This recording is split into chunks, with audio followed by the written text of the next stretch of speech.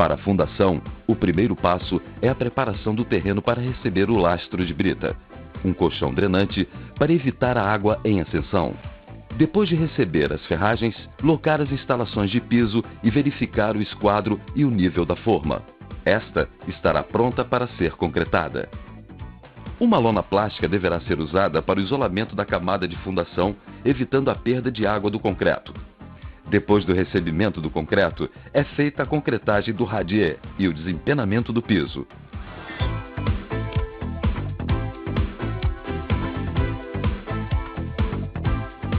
Com o piso preparado, verifica-se o esquadro da obra, utilizando-se o critério de igualdade entre as diagonais.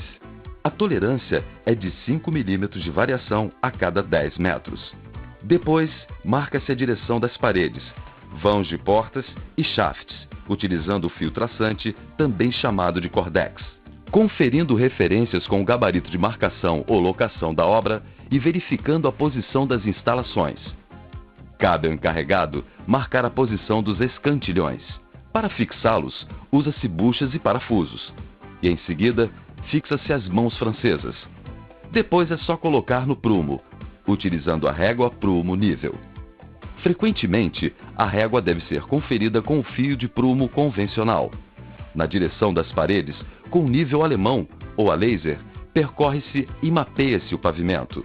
Após encontrar o ponto crítico, que é o mais alto da laje, galga-se 20 centímetros acima deste ponto e transfere-se este nível para cada um dos escantilhões. Após todos os escantilhões nivelados entre si e com a primeira marca das réguas graduadas devidamente ajustadas, conclui-se o nivelamento da primeira fiada. A última etapa antes do início do assentamento dos blocos é a instalação dos gabaritos de portas nos vãos já marcados no pavimento.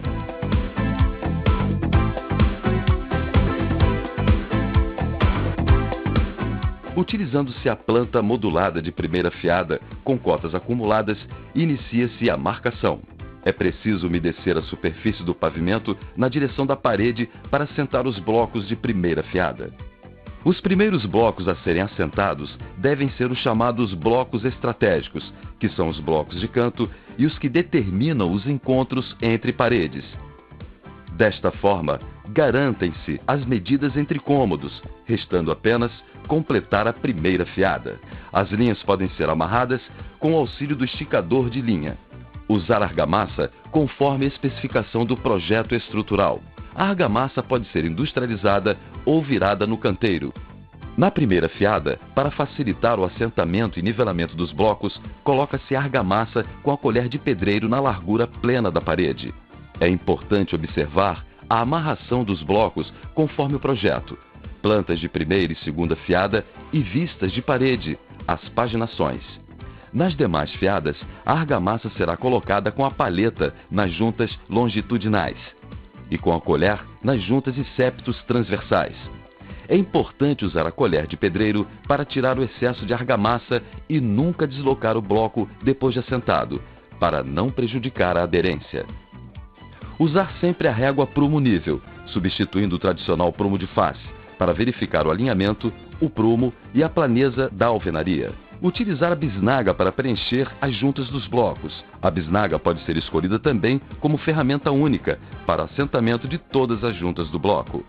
Em caso de alvenaria aparente, usar ferramentas apropriadas para frisar as juntas, não limpando imediatamente após a execução do frisamento das mesmas para não danificá-las.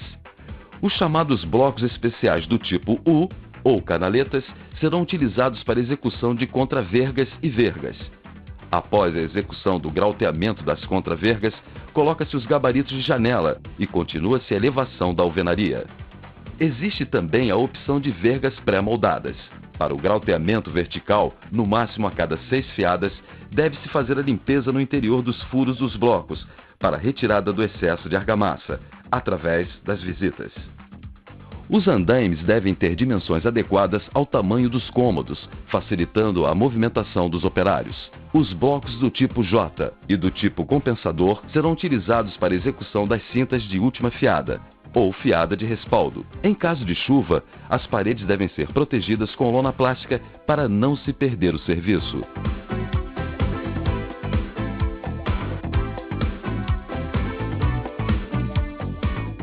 Uma grande vantagem da alvenaria com blocos de concreto é a facilidade de passagem de tubulações elétricas pelos vazados dos blocos. Para as instalações hidráulicas, devem ser dadas soluções específicas em cada obra, de forma que os tubos fiquem acessíveis e não chumbados dentro das paredes.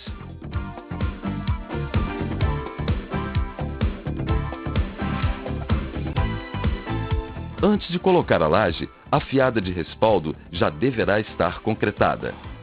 Depois que os vergalhões forem trançados nas treliças e os tubos posicionados, a laje está pronta para ser concretada.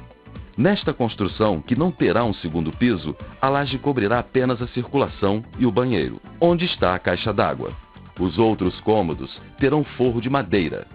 O engradamento do telhado também deve ter um projeto de produção e contar com peças previamente preparadas, também visando a racionalização. O sistema de cobertura é com telhas de concreto, que têm um encaixe preciso e agilizam a execução, além de proporcionarem um excelente resultado estético.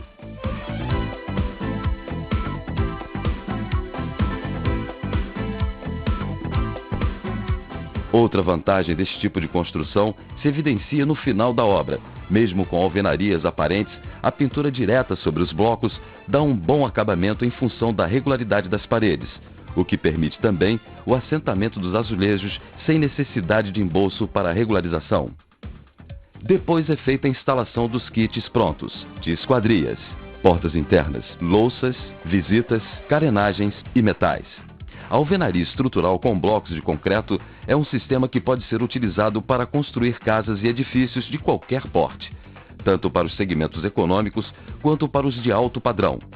Tal flexibilidade do sistema se dá pela evolução dos métodos de cálculo e do processo construtivo em si, que permite mesclar alvenarias estruturais com alvenarias de vedação, propiciando diferentes opções de layout.